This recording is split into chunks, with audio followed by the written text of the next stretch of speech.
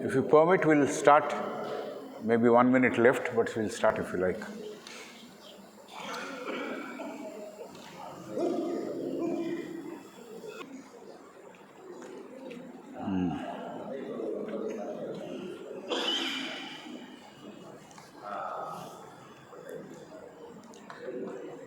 We were talking about, if I may continue, while going through this exercise of seeing and observing others, the heart should be seen intelligently, is what. And it should also be reminded, though we are seeing so much of variety, so many forms, so many individuals, it should always be reminded of the unity, oneness. That's more important. Actually, for us, normally thinking more objects means more division. But behind this division, there is one unity, is what one has to keep always in the mind, the back of the mind. And we are looking at the unity, we are looking at the oneness, is what we should be conscious of. What we are supposed to look, and we should be conscious of that. We are always functioning from the center of the heart, where unity can be accessed or seen. So that is what is important. So look at the hearts of others intelligently.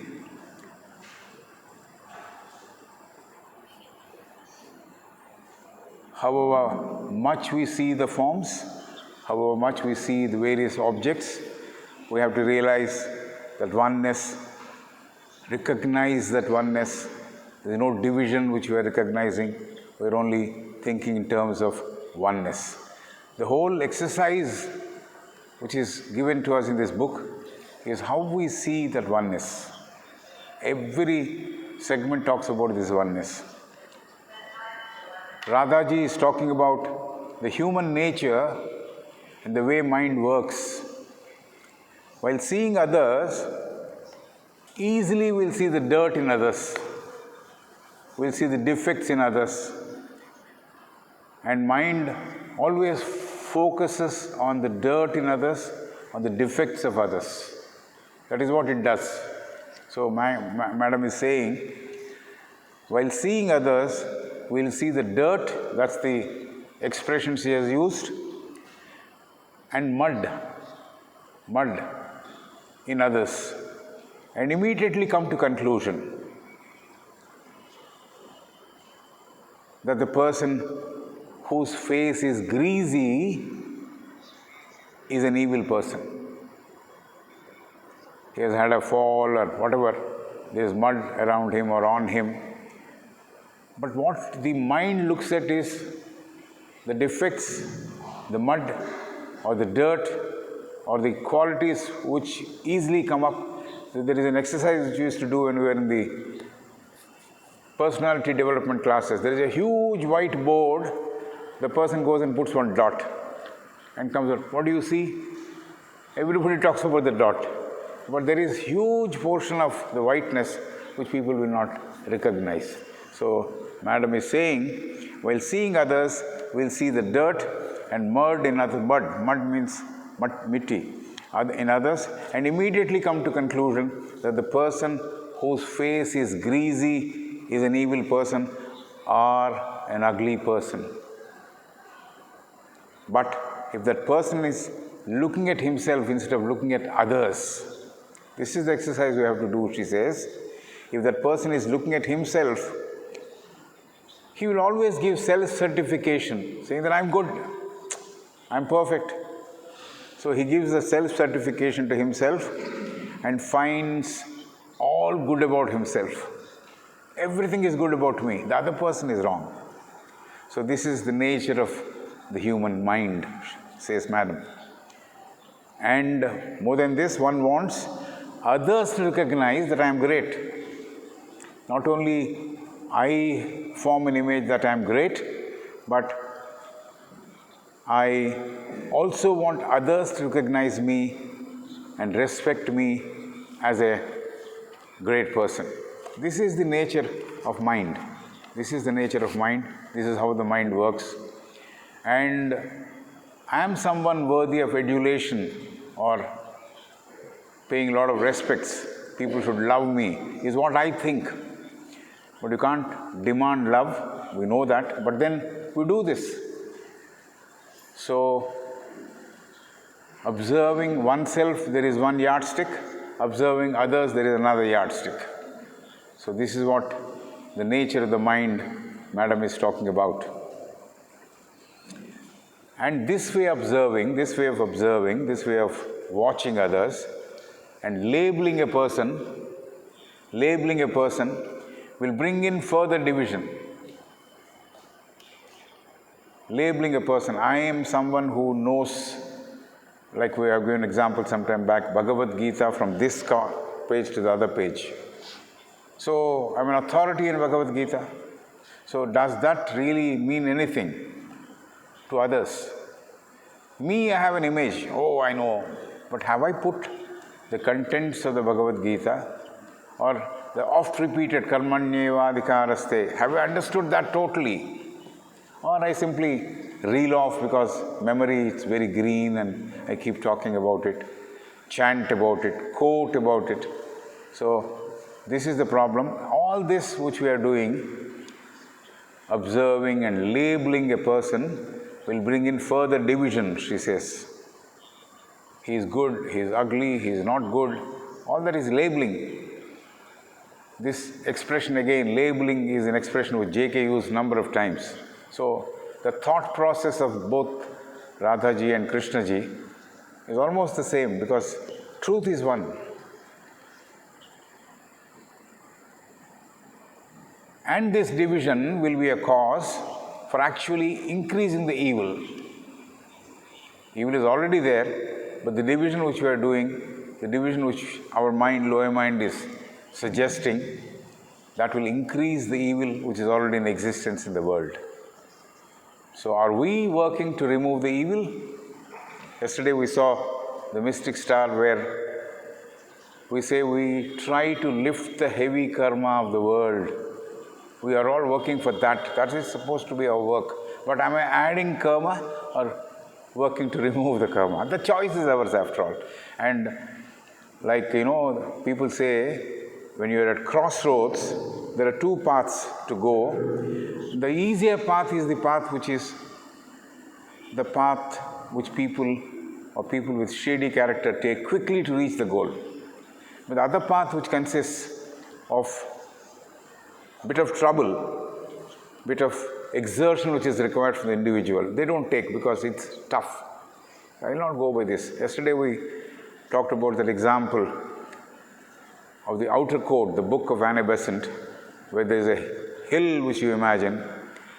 In Tirumala, when you go in the bus, you go around the hill and reach the top. But when somebody is walking, he walks like this. So, walking up the hill is like this. So, this is a choice one makes. So, easier path normally takes us to the shady way of conducting oneself. Maybe if you take the previous example, the asura content increases because I am quickly wanting to get the results at the cost of others. At the cost of others. I want to displace others on the path and I reach the goal. So this is one way. The other way is going steadily up, exerting, carrying perhaps very little luggage so that I am comfortable while climbing the hill and reach the goal. And Radhaji conducted this study class here, maybe the same study class. The book was The Outer Court, long time back. So, this is what we are supposed to keep in mind. So, the evil in the world is increasing because we are dividing further. What all is not to be divided, we have to integrate, but we are dividing. So, this is the real nature of the world and the nature of people who are living in the world. So, these situations lead us eventually to class wars.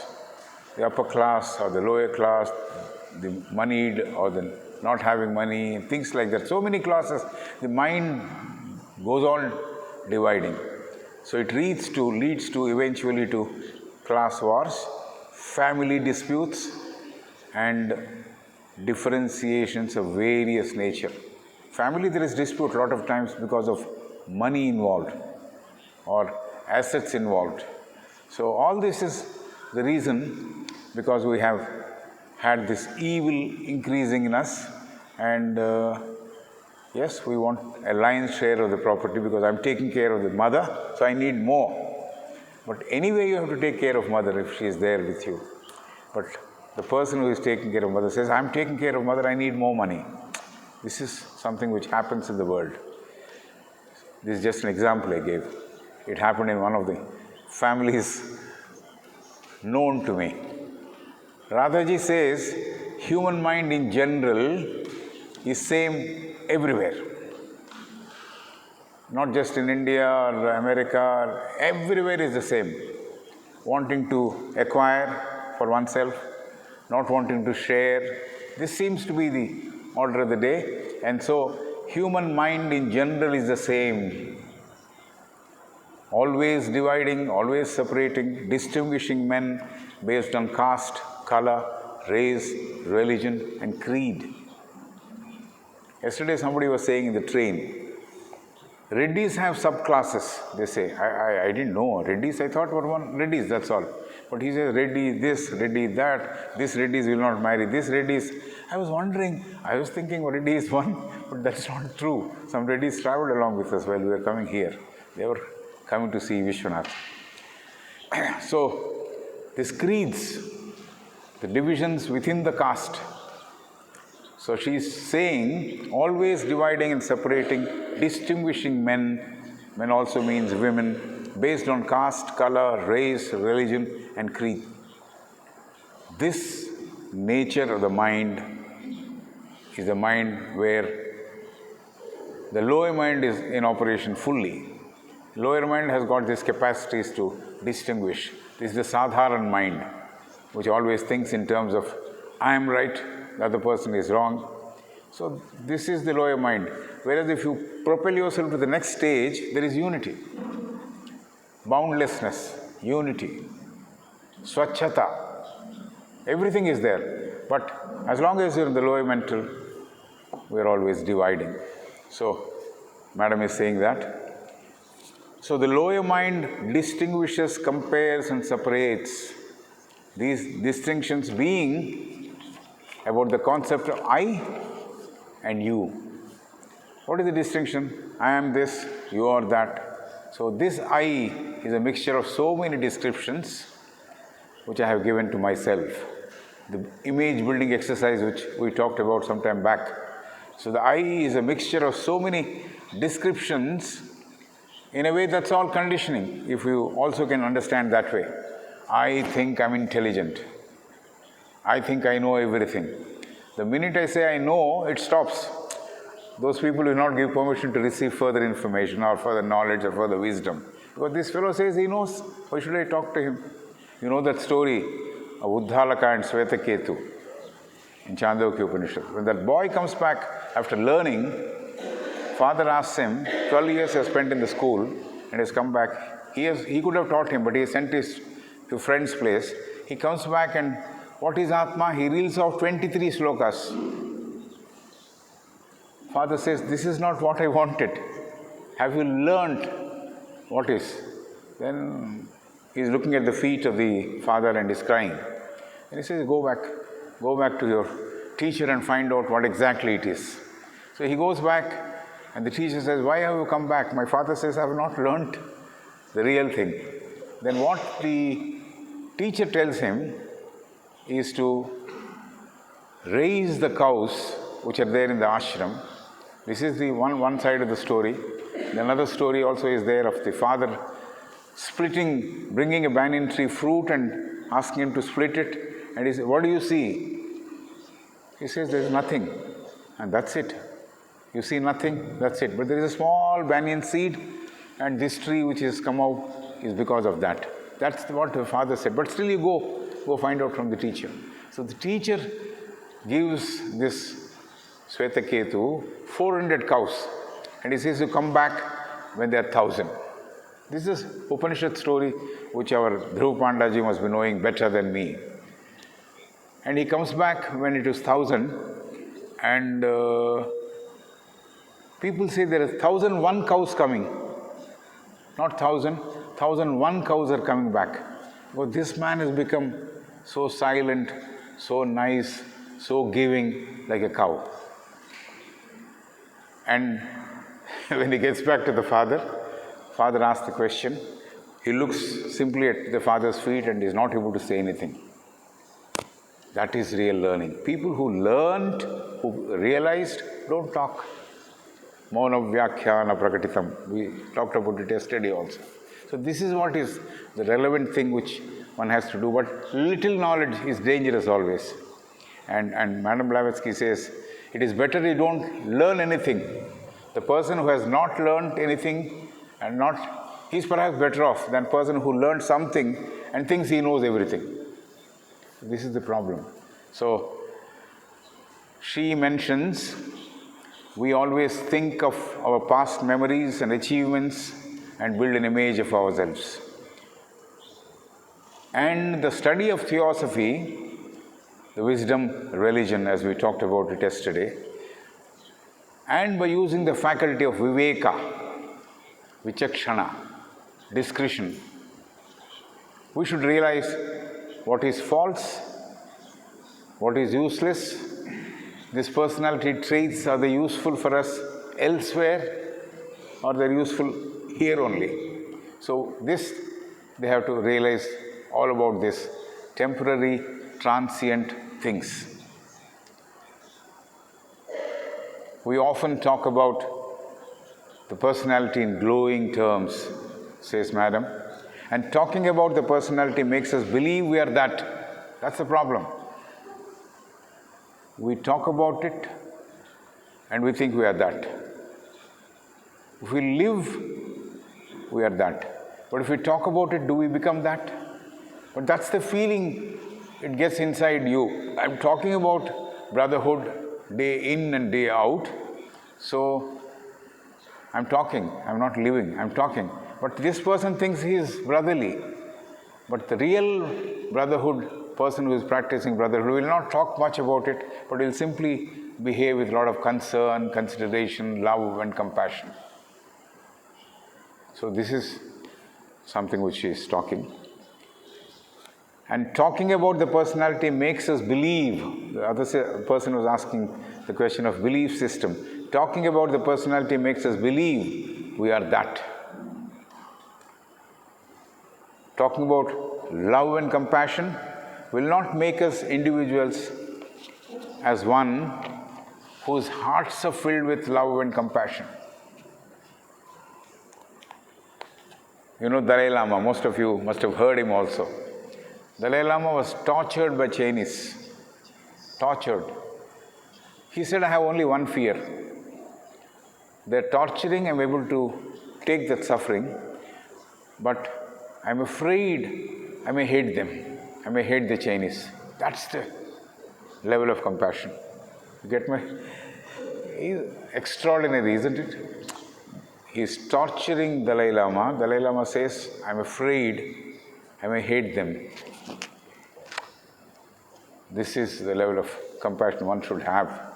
That's the highest, of course, because he is almost personification of Buddhistic qualities. But we should try. There is a capital try in the master's letters, try, T-R-Y, and it was interpreted as, I believe it's true, I also consider that as the fact, Taraka Raja Yoga.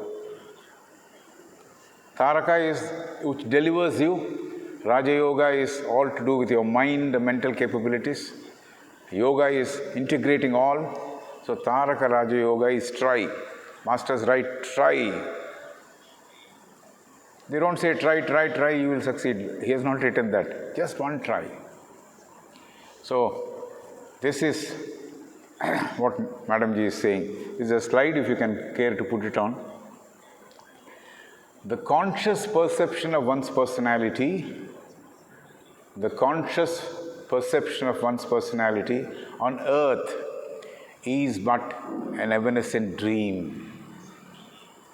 The conscious perception of one's personality on earth is but an evanescent dream. So it's not real. But we consciously understand this is the reality. So she says, Master says, or letter number 16 of the Mahatma letters. The above is a quote from the letters of the Masters, letter number 16. The conscious perception of one's personality on earth is but an evanescent dream. To give an ordinary example, what is evanescence? When you crack the soda, there are a lot of things which are escaping. Something is escaping. That is something like that. This personality will evaporate. It will not be there. It's not permanent. It will go away. But we think that's real. We are holding on to it.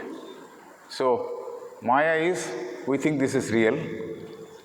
The fact is, it is not real. Kshara, Akshara. There are two names, two words. Kshara, Akshara. So Akshara is something which is permanent, Kshara is something which is dying. We hold on to Kshara and think that's permanent. That is Maya. And this slide, if it is there, if you're reading it, is from the Master's letter number 16. And now Radhaji says, many a times man makes the mistake of considering the illusory personality as the real self. Radhaji adds this. Radhaji says, many a times man makes the mistake of considering the illusory personality as the real self.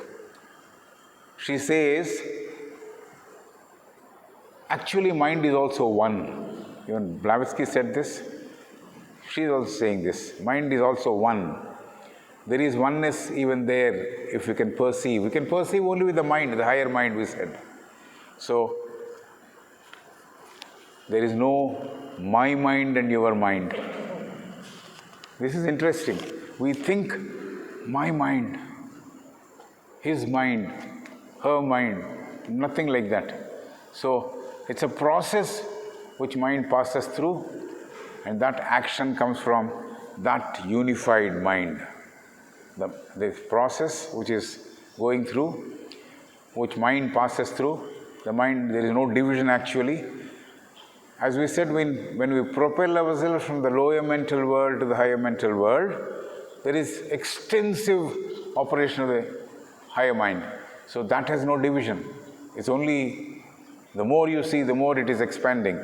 So the process which mind passes through, and that action comes from one mind. So Radhaji quotes Madame Blavatsky, who opined or who stated that there is only one mind. I've said this already, but for the sake of emphasis, we'll say it again so that we remember. There are no minds separately as my mind or your mind. If you can get this into our understanding, I think it's a great thing. There is no my mind or your mind. This is interesting and very important information we should hold on to. We feel my mind is distinct from the mind of others.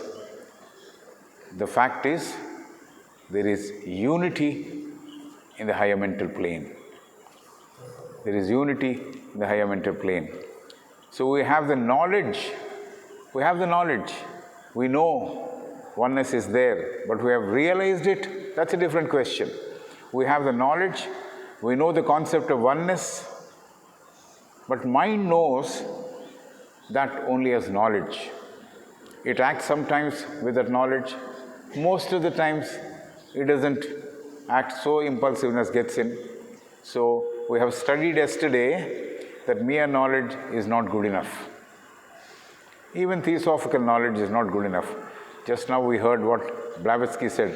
Even if this person doesn't know but lives theosophically, he is more the person who is on the path rather than a person who knows a lot of facts. Or maybe he is someone who has mastered the secret doctrine. Doesn't matter if there is still knowledge with him. It's not converted into wisdom or transformed himself to a wise person. So when the knowledge becomes wisdom, when the knowledge transforms the person into a wise person and knowledge becomes wisdom, we also heard yesterday, it becomes practical, it is useful, and that wisdom is bringing in the quantum change, Sampurna Badlava, if somebody wants to understand in Hindi. Sampurna Badlava. It's not just fragmentary Badlava. Sampurna. Yeah. Total change. Revolutionary change. Mr. Krishnamurti used to talk about. Total revolutionary change. Means it should be complete change. Not just I change for today and tomorrow I'm back to my original self, and next week, Wednesday, I'm coming for a lecture, I change, I decided that day I will change. No, not that way. So, it is a complete change. So, this is what Madam Ji is adding. There is only one universal mind. When the individual unit gets separated from the universal monad, when the individual self or individual unit, which is Atma Buddhi Manas again, that Manas is higher Manas, Atma Buddhi Manas, universal Atma, universal Buddhi, universal Manas, when that is getting separated from the universal monad, bit of Atma, bit of Buddhi, bit of higher Manas, these are all part of the individual monad or human monad as we call it. So, this is how monad is a Greek term meaning consciousness or that unit. If you're looking at physically, so I'm using the word monad is a Greek term. So it is used very, very frequently in the theosophical literature. So we can also say human unit, universal consciousness. So even imagining the other person's heart is separate, because we want to see my heart is separate, his heart is separate, my mind is separate. From mine, if we always think in terms of mine, me, it is an illusion. We have described, we have given labels, names. This mind is good, this mind is not good. That way we went on labeling people. He is intelligent, he is not intelligent, he is a muff, he is a beautiful person who thinks very. All this is labeling, names. Actually, it is one universal mind and one universal consciousness. Life and consciousness, there is not much of separation as Madam Anne Besant says in the book Study in Consciousness. So this is something which we need to keep in our minds. We often hear, this is another very interesting thing, a lot of people keep on repeating this, but this is an eye-opener. We often hear macrocosm, which is universe, microcosm, which is man. This is something which all of us keep talking. Macrocosm, microcosm, macrocosm, microcosm. See what she is saying. Both are components of one existence. Both are components of one existence. So, there is no macrocosm, no microcosm. There is only one thing. Man is not able to comprehend the one existence. Reason being the finite means the one which is individual unit cannot measure the infinite. So that's the problem we have. So it was said, we can't conceive it in our mental capabilities, we can't even recognize it, achintyam, agrahyam, which we talked about some time back. So Proem draws reference to that while talking about oneness. Proem, again, what Madame Blavatsky has written in the first fundamental proposition, which we covered in the morning. So this one existence, which is omnipresent, which we talked about in the morning, in everything we see, this omnipresence is there in the ant, is there in so many things. Everything, omnipresence is there. Author says wisdom lies in seeing everything without naming, and without a feeling that I know. Do you know the ant completely? You see an ant, but do you know the ant completely? No. But can you become an ant while observing? That's what Krishnamurti used to say. Krishnaji used to say, when we were all there at Vasanti Vihar, there's a huge mahogany tree there. Look at the tree, sir. People will turn back and look at the tree. That's not what he wanted people to see. But when you look at a tree, you should be completely merge yourself into the tree and become the tree. The grooves, the small scales which are coming out of the tree, the leaves which are there, the branches which are there, can you completely see without any previous picture of the tree? You have seen mahogany even at Adyar. There's a whole avenue which has got mahogany trees. That is all right. But when you see a tree or when you see a rose, can you become that rose completely? That is what he wanted. So that is the change of realizing the oneness. You become one. You become one with that which is looking obviously is a separate one. So that's the idea. And in Adyar, most of you would have seen the black insects with white dots on it, the red insects with a different black dots on it. The black one will have white dots, the red one will have the black dots. They keep moving on the road, and if we are not careful, we trample on them. So I don't know even the name of those insects. Somebody like maybe Shindeji, who is an expert in zoology, he may be knowing, but we don't know the names. But we see them moving in 4s and 6s numbers, and they confer. There is a conglomeration of those insects together as if they are in a meeting like this. So we wonder what's happening. Maybe they are communicating with each other. And I am moving on the road, insects are conferring, I observe, and what moves in that insect is the same consciousness which is also there in me, which is moving in me. I am moving, the insects are also moving. The same consciousness is there, but am I aware of it? Am I aware that this part of me or the insect is part of me? I am part of the insect. Can I identify like that? But we see that's an insect, maybe I need to keep it off. There are so many snakes at Adyar, but not a single person has been ever affected by the presence of, or nobody was put into any difficulty because snakes were there. Because they are there. We don't disturb them, they don't disturb us. So, but there was one person who was rearing a cheetah. I was a very small fellow. I went along with my grandfather to that Sri Shailam, is a temple, hill temple. And this sannyasi had an ashram. So when we went there, we saw a cheetah walking. I went, hid myself behind my grandmother. That man was saying, no, it will not do anything. It will not do anything. Don't worry. And it came and slept at his feet. But if I don't know, that would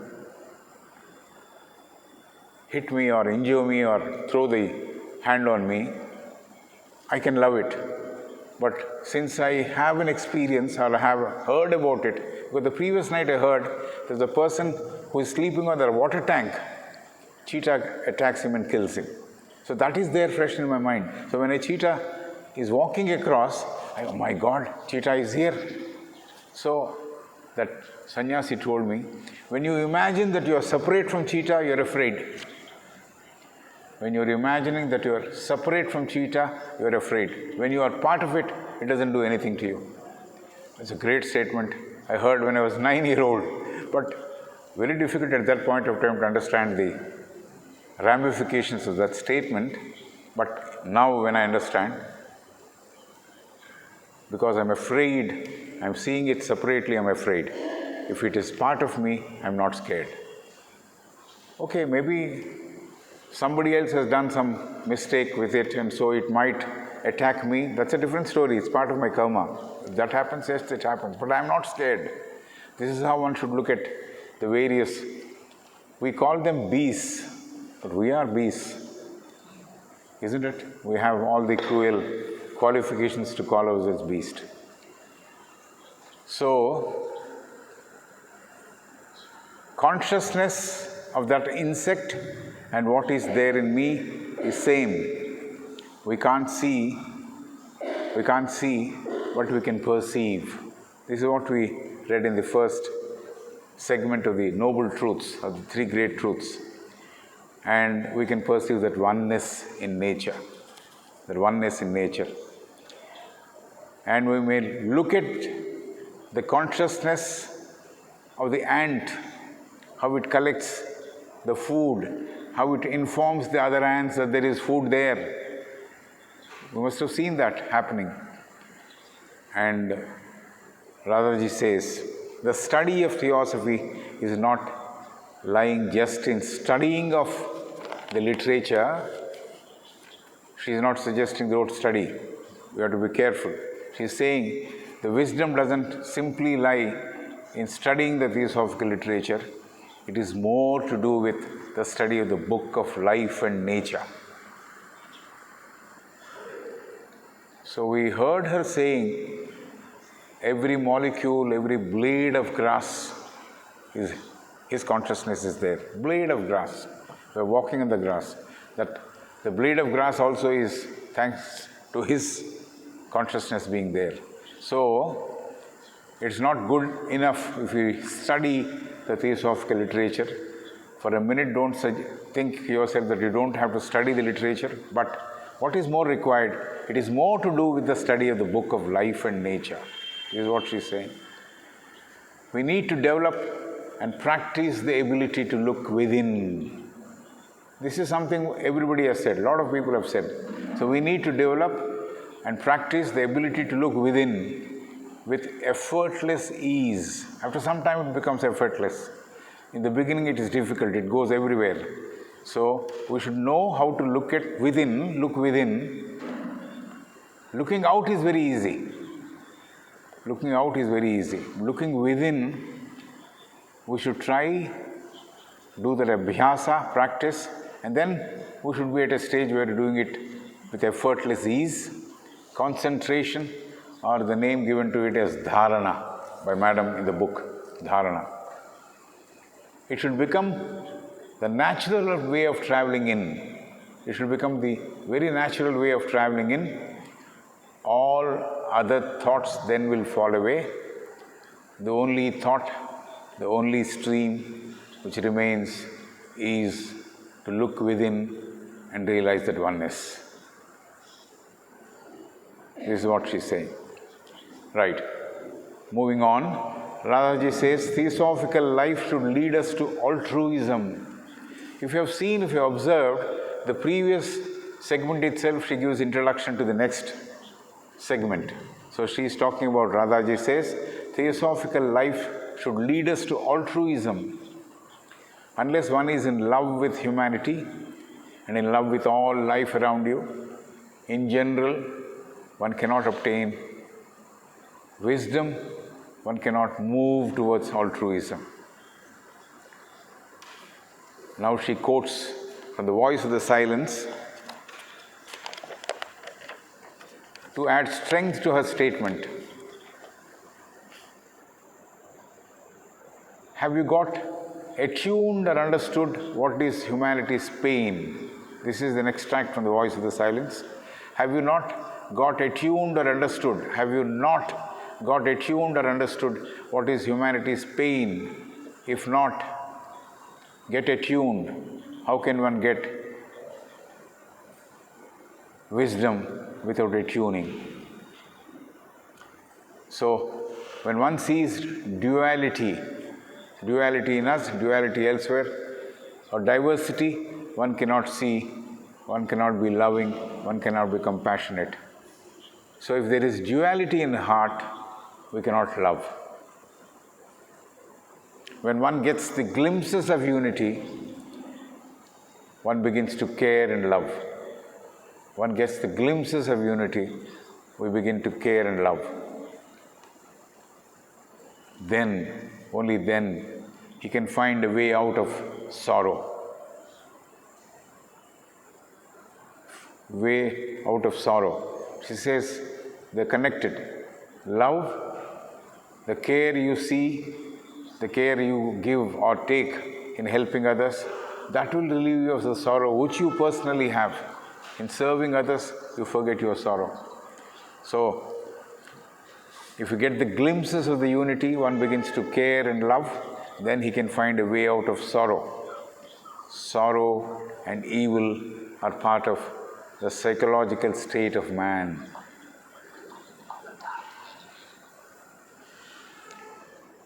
Lord Buddha, Madam quotes, said, man should understand the first truth. Madam quotes Lord Buddha, says, man should understand the first truth, which is sorrow. Trying to understand the roots of sorrow, one commences acquiring self-knowledge. Trying to understand the roots of sorrow, one commences acquiring self-knowledge. So our self-inquiry is not to find solutions for individual problems, because we have in a way realized unity, if you have realized.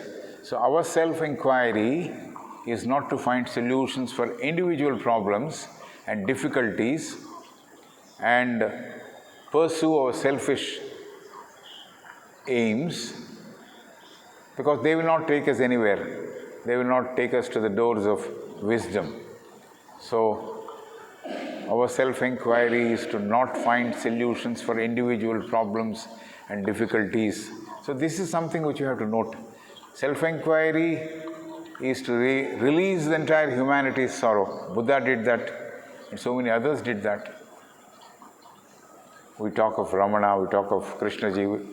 Krishna ji said once, I'll relieve you of all the difficulties and sorrow. When people thought, yes, there is going to give a small capsule or something which you can gulp it and we'll be out of sorrow. It's not that. We should understand the nature of sorrow and perhaps move away from it, because it's part of us. So we should know what it is. So that's what he meant.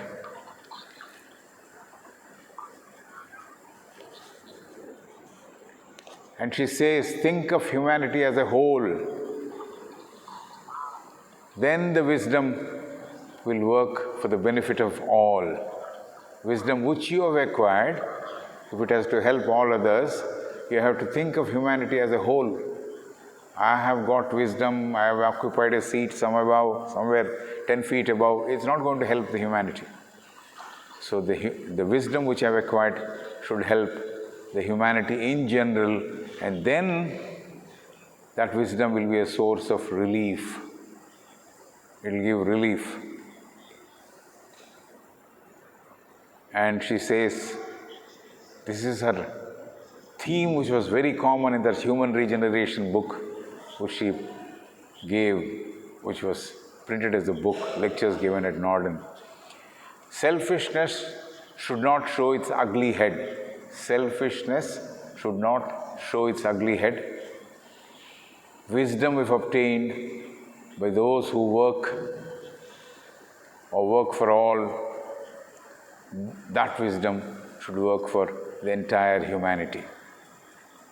So selfishness should not be there. I am selfishly holding the wisdom to myself. It's not going to help anyone, even me. So, wisdom is obtained by those who will work for the welfare of humanity. So only such people will get wisdom. If I am very possessive, selfish, I may not reach the doors of wisdom. Radhaji quotes the Mahatma's letters number 2 and says how man's highest aspirations are tainted with selfishness. How man's highest aspirations are tainted with selfishness.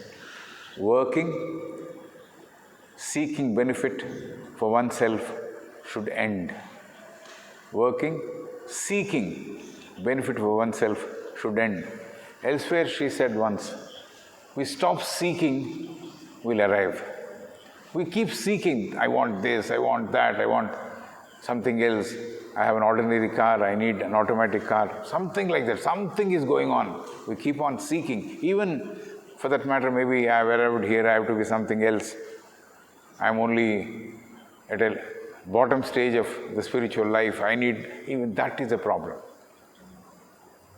If you are deserving, not just desiring as we talked yesterday, if you are deserving, you will reach. But if you simply desire, you will not go anywhere. But those persons who desire, somehow want to achieve, they are perhaps the people who are going the shady way, the Asura way. This completes this session or this segment of sense, the oneness in nature. We still have time. I'll move into the next. We'll introduce at least the basic concepts there.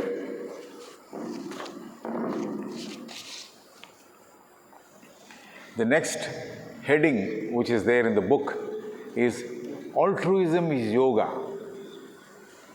Altruism is yoga.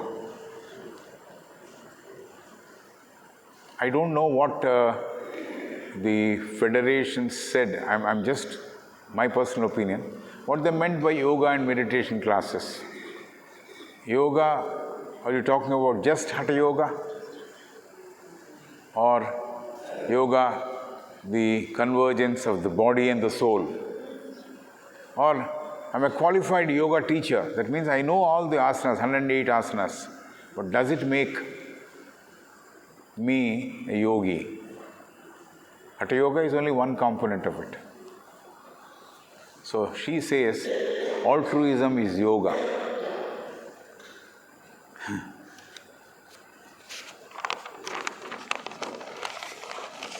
Oh, sound. You should edit it. I produce the sound of the pages. I made notes because I shouldn't miss a point which is relevant to be noted by me first and relevant to be noted by others also along with me. Yes, I keep moving the other side, I guess. Radhaji continues to say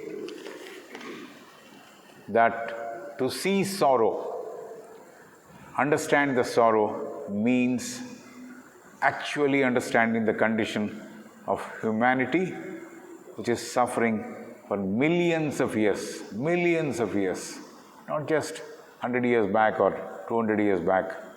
Radhaji continues to say that to see sorrow, to understand sorrow, means actually understanding the condition of humanity, which is suffering for millions of years. So suffering was part of life. And someone having a keen, ardent desire to support, guide, she calls humanity as great orphan. So someone who has got a keen, ardent desire to support, guide the great orphan of humanity, they should have the ability to see the sorrow. Sorrow is there, but do I recognize it, or I close my eyes to it? I look towards maybe pleasure to escape from sorrow. There are degrees: pleasure, joy, bliss. Pleasure I seek, the minute I finish getting it, it's gone. Joy remains for some time. Oh, that was joyous moment. I went and stayed at Varanasi, even though there were some difficulties, water not being there, for example. Still joyous, weather was good, lovely, people were good. But bliss, that state is something which, whenever you get in touch with that, it is always there. It is part of you. So, this understanding of sorrow will be able to take care of this great orphan, which is humanity. Humanity is not being cared for. So, if somebody who can see the sorrow, like Buddha saw the sorrow, maybe his disciples, a couple of them also saw the nature of sorrow. And Krishna ji has talked number of times. has to observe sorrow. Don't escape from sorrow. Observe sorrow. So if you see completely what is sorrow, perhaps then you know how to take it, how to bear with it, how to move along with it. So this is that. And the suffering of the entire humanity, is huge and humongous. Very huge. Suffering is so huge, enormous. It is all pervasive. Everywhere you see, wherever you want to see, there is sorrow. Still, the experiencer knows it is suffering. The onlooker is not totally suffering to the extent the experiencer is suffering. It's very easy to understand this. The one who is going through, the simple example people give in the ordinary parlance, I have a toothache, I know what it is. But you can not realize what my toothache is. I'm suffering. You don't know that. Something very similar to it. So, the experiencer means person who is going through the sorrowful moments. He knows what it means to suffer. The onlooker is not totally or entirely suffering. And the suffering the other person is undergoing, he will not be able to realize. Because, why? I am considering myself as separate from the other person. If the suffering is happening to someone very close to my family, kith and kin of my family, to some extent I am aware of the suffering he is going through or she is going through. But if it is a suffering my neighbor is going through, am I aware of it? Am I aware of it? Not always. Oh, he has got a problem. That's it. More than that. So there used to be a boy who used to serve me food when I was working as the chief of one factory at Visakhapatnam. He used to say, the minute I go back, my father keeps crying, saying that I've got pains all over. He worked standing near machinery, worked all through his life standing, so he has got varicose veins and so many problems, and so his legs keep paining. And this fellow says, he's always crying, I don't want to go home. I told him, yes, he's crying all right, but go sit with him, along with him, near him, and say, can I apply some oil or balm, or can I press your feet for some time? Show love, show affection to your father. Is it possible? It's not going to cost you anything. The boy said, yes, I will do. And then after a week or 10 days, he comes, sir, my father is not crying now. He is looking forward when I will come back from office. So this is the practicality of the wisdom. We can do it, but we don't do it because we have no intention to convert the wisdom into action. So this realizing the suffering of others, suffering of humanity, is something which we should do. Radhaji is stating that true altruism is different from just wanting to help. True altruism is different from just wanting to help. Sometimes I want to help others because I want the other person to remember me that I helped that person. Next time, perhaps he sees me, sir, you helped me that day. That's perhaps what I expect out of him. But the altruist doesn't expect that. He has done it and has walked away from it. So, altruism is different from just wanting to help. Truly, altruistic work or action means doing nishkama karma. I don't get attached to it. I'm doing it because it is something minimum which is expected out of me, and I do it. There's a story which I read, not story, actual happening which is read. There are oak trees, number of oak trees which are there in a forest. And a woodcutter, a person who makes business out of the oak, he has cut some trees and taken away. So there are only stumps there, means the remnants of the trunks which are there. And there are other trees which are yet to be cut. Maybe he will cut later on, we do not know, but they're all living. So these stumps decide whatever the water they get from under the earth, they will transfer it to those trees. Let them live. Anyway, I'm gone.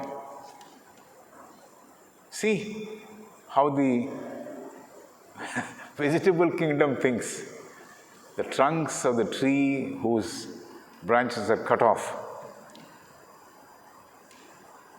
they realize they don't need water. The water which they are getting, they can transfer to other plants which can thrive. So this is something which happens at that level naturally. But does it happen with us naturally is the point. We need to consider that. Can it be nishkama karma or karma with kama? Kama is a desire to be noted or noticed. Help someone with nil expectations and no expectations. Radhaji calls that as karma yoga. Not the karma which I breathe, so I'm doing karma, is some people who talk in the lectures about, you're doing karma all the time, you're breathing, that's karma. That's not the karma which one should talk about. Madam says, Radhaji calls that nishkama karma as karma yoga. The person helping will not suffer from vanity or a feeling of pride that I could help somebody. So that altruist is someone who will feel like that. Oh, I have helped that person. I'm proud of that. No, he has helped. If not me, somebody else would have helped. So, the person helping will not suffer with vanity. Vanity is pride, another name for pride. It's all empty inside, but then I feel, oh, I am a great person. That is vanity actually. Or feeling of pride that I could help somebody. If the person who is receiving from you is not there, how can you give? If the person who is receiving is not there, how can you give? There are some people who wait to feed somebody and then start eating their lunch. Good old days, that used to happen. At least give food to one atithi, one guest who comes, and then take your food. Suppose he doesn't come, to whom you will give? So, to do help, the other person is more important. The person receiving is more important. Having given it, this person should forget, I've given.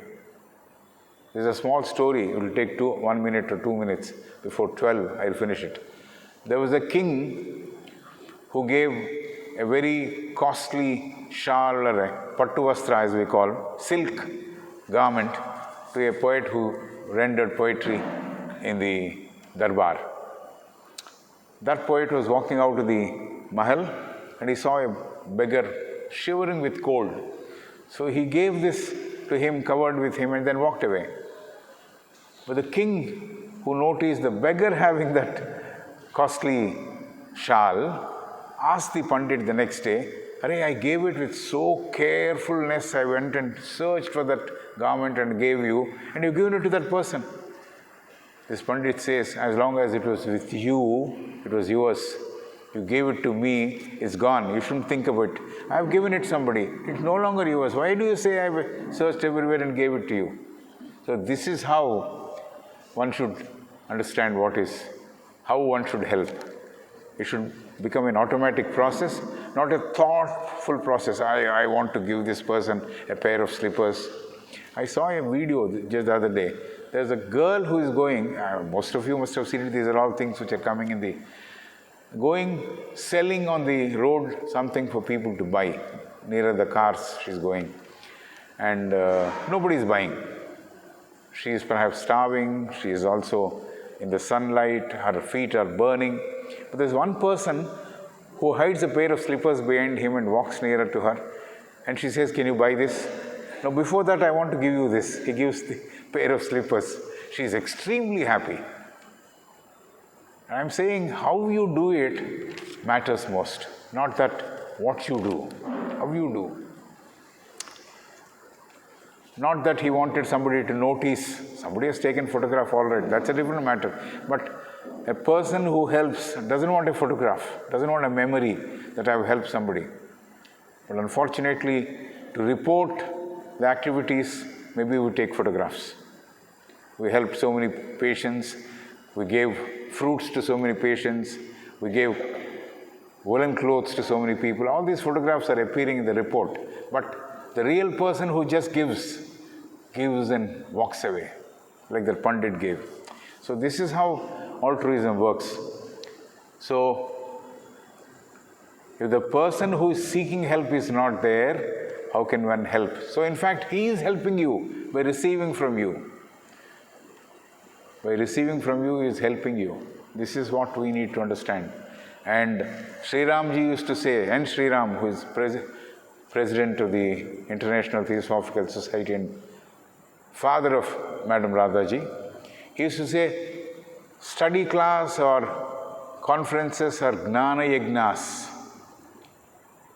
If people who are listening are not there, how can the gnana yagna be done? So both are required. In fact, they are required than the person who talks. This fellow can go on buck. But if they are not there, what is the point? So similarly, if I can give and forget and walk away, that's the way altruism should be practiced. The trees knows, that oak trees who I talked about, they knew, perhaps the animals knew, the minerals also knew. Man, because he is individualistic, he feels he is separate, he is not able to do. This is the problem we have, the human problem we have. We'll meet after the lunch. It's 12 now. I will leave it for Pradeep ji for his, now still time? I don't know. 12 or 12:30? Oh, yeah. See, we used to observe some time in silence, reflecting within ourselves. So that period where one doesn't do anything other than looking within, that is meditative moments. So we were supposed to do that. We can do that maybe in the evening or in the morning, even here as a group, because the effect of group meditating is different.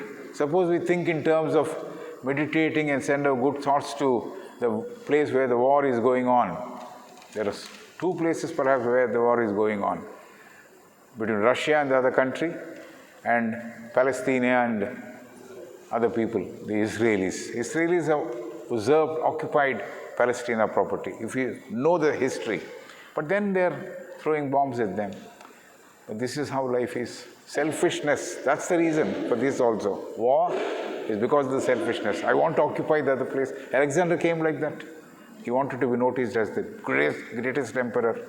But then when he saw people here in India, he said, please keep my hands outside my box, the coffin, and then put me in. Yes, anyone, if you want to ask questions, we can perhaps go discussing. Maybe discussions is the way.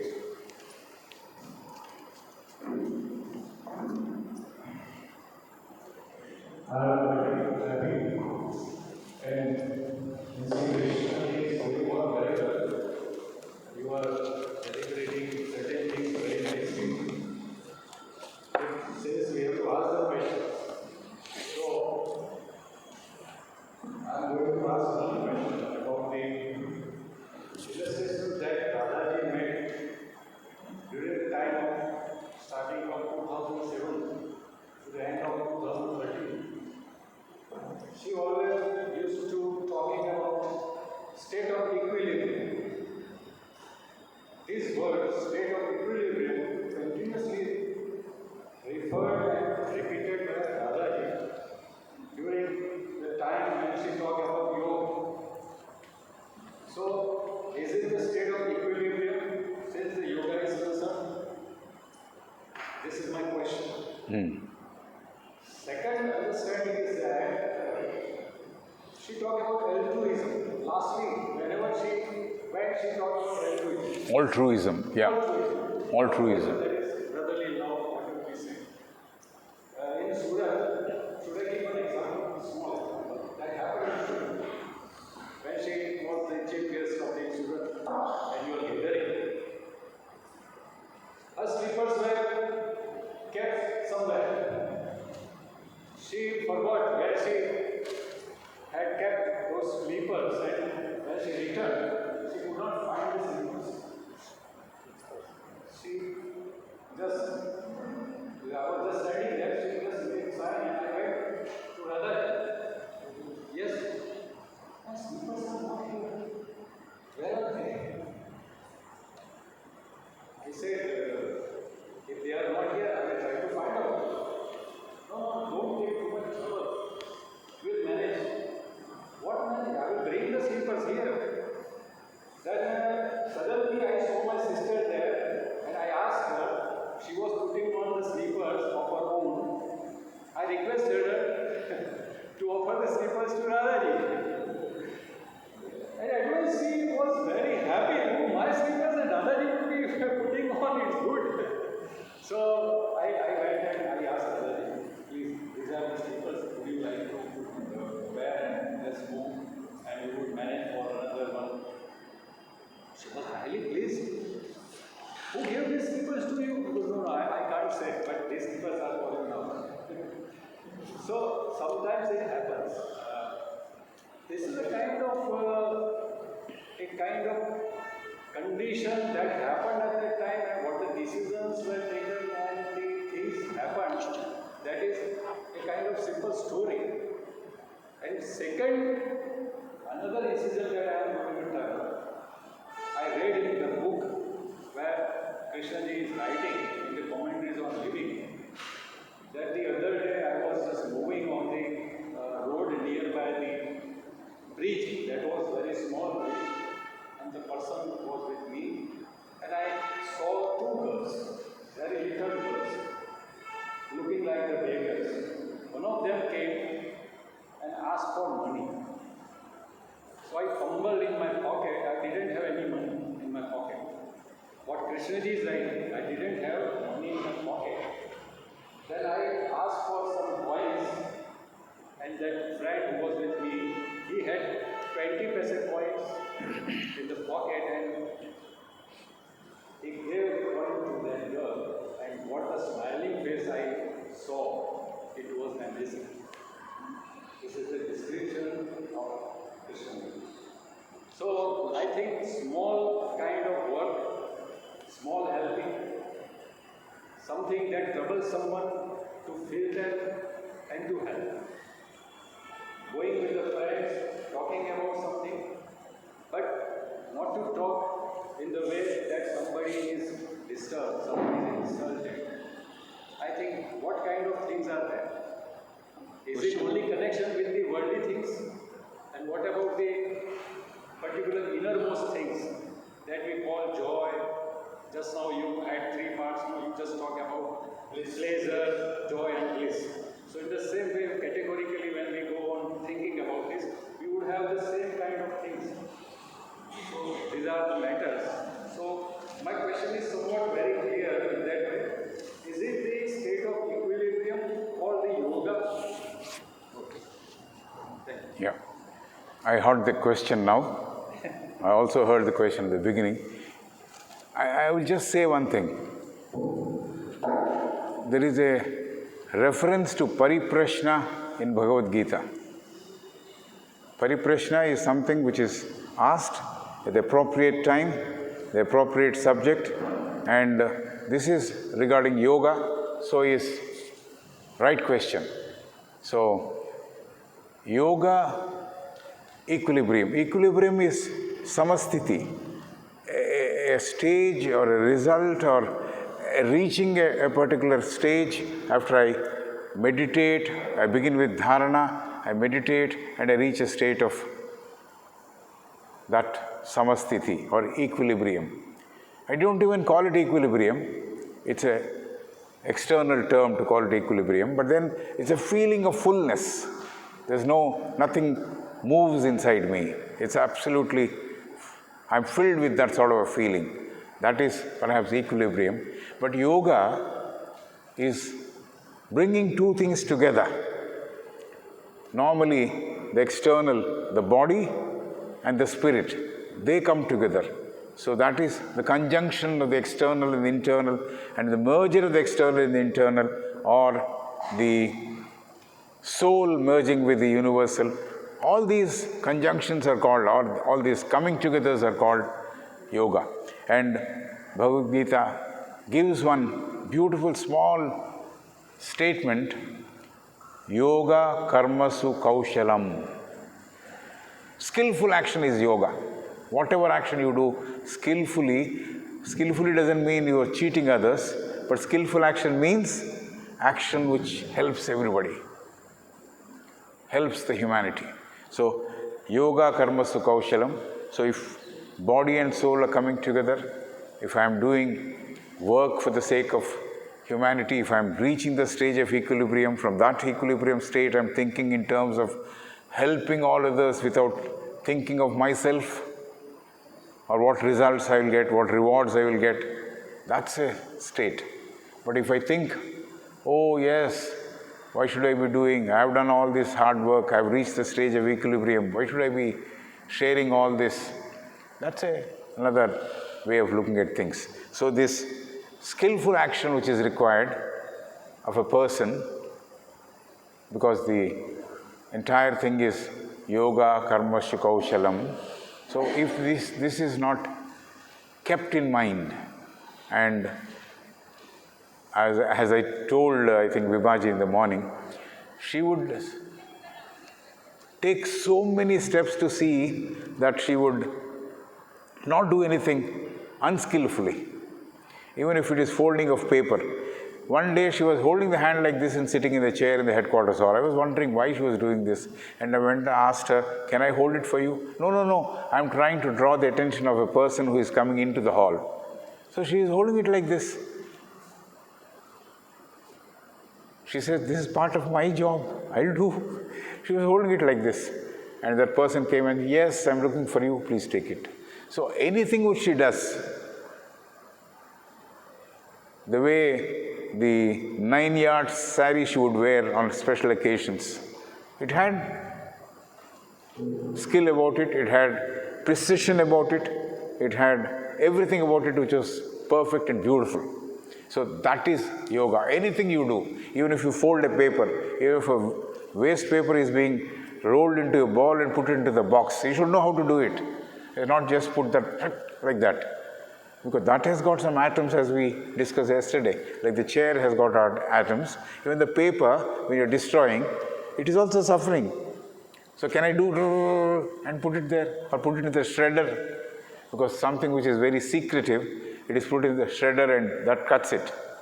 So all this, we should know how to do this action which is skillfully. Equilibrium is a state which one arrives after dharana, after meditation. So that is the state of samasthiti, where everything seems to be one. And there is no imbalance there. There is no imbalance there. Everything is balanced. So that's perhaps what she was thinking. But there's a story of Blavatsky which you must have all heard a number of times. She was looking at a family, a mother and 2 children suffering, and how she converted her first-class ticket to third-class ticket and took them in to the ship, because that family got cheated by the travel agent. But she was so quick, and she didn't want any, oh yeah, she just made them there, and she suffered the entire journey with water coming into the room and all that. But she took it all. So once you decide that I will give, there could be some difficulty, but no question of, arey, why did I give? I should have kept it for myself. No thinking like that. So that is altruism. I think I have tried.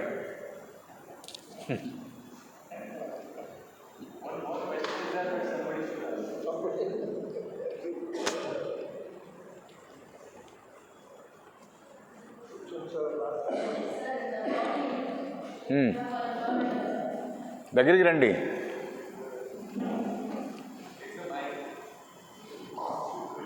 expert from Guntur, Krishna ji.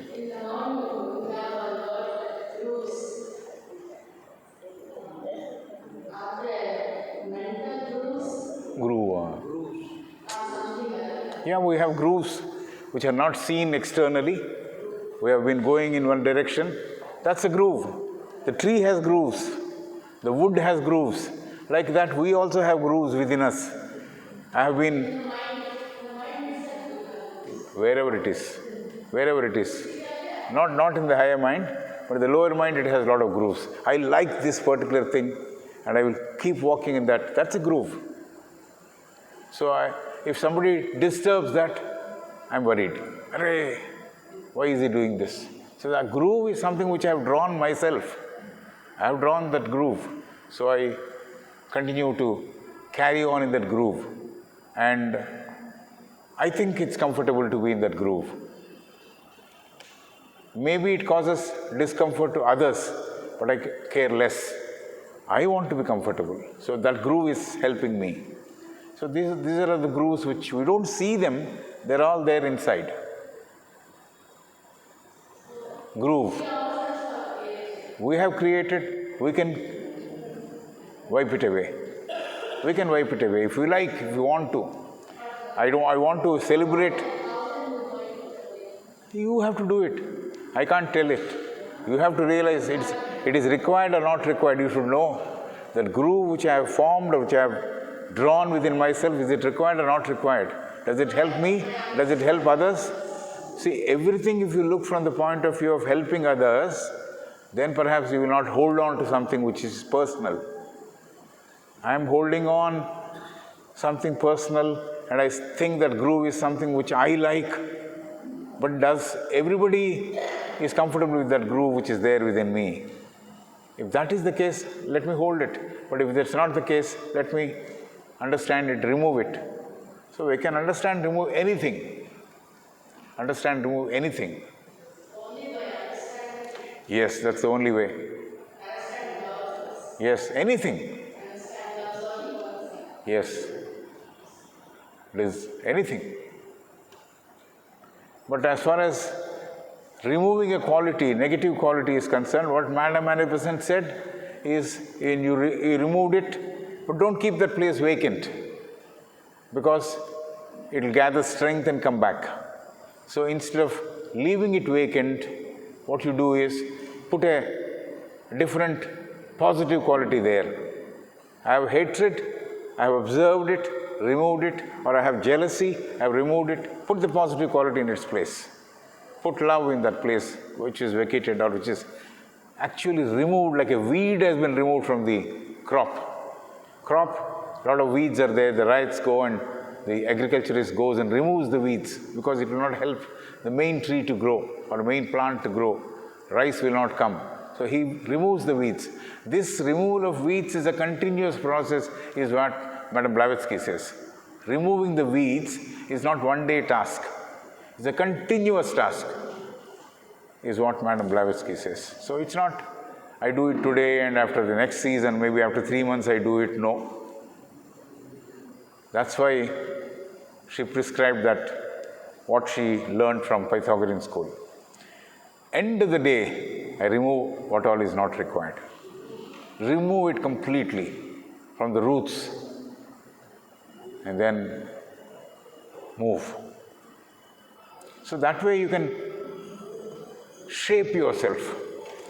Nobody can shape you. A lot of times we think, this guru has helped me, that guru has helped me. No. Even if you are shown the path, he is not going to make you hold your hand and make you cross the rivulet or river. You have to cross. He will only say, this is the way to go. But who has to do it? I have to do it. So this process, the guru says sometimes, don't bother, surrender to me, just listen to me, you'll be delivered. But because I don't want to think, I don't want to do anything on my own, I surrender and say, yes, he will take me. But that's not true. If I go to a pravachan, am I delivered? Or if there is something which is taught about dharma, and I practice the dharma, I am delivered. Either of the two, what is correct? That person who's preaching dharma is telling me, say for example, just listen to me, you're delivered, you're finished. Nothing unwanted remains in you. Does it matter? Does it really come that way? No. I have to work. Dharma means I have to walk in that righteous path. Then it is dharma. Satyam nasti paro dharmaha is the motto we have, which is picked up from Shanti Parva of Mahabharata. And the founders saw that in the Benares king's palace, and they said, we'll take it.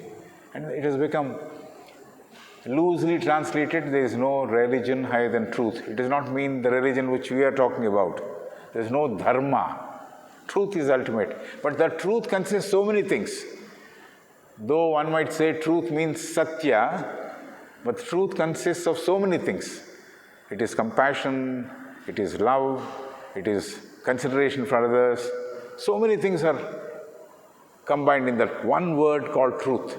But we think literally understanding truth means not to speak a lie. Okay, not to speak a lie is a good thing. But truth means, if you totally think about it, it's so many things rolled into one. That's why that particular statement, Satyam nasti paro dharmaha, even if you read the commentaries on Mahabharata, it gives so many details. But we understand Satya as the ability not to utter a lie. No, that is one aspect of it.